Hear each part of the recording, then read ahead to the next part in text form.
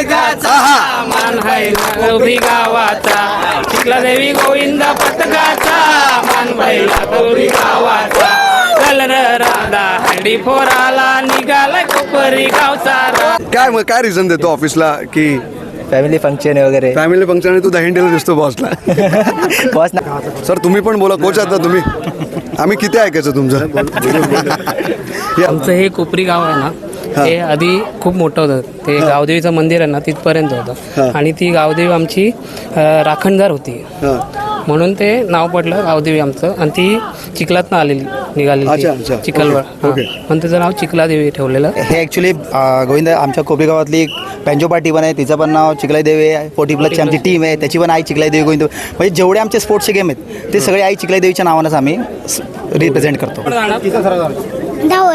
10व्या कोण जात आहे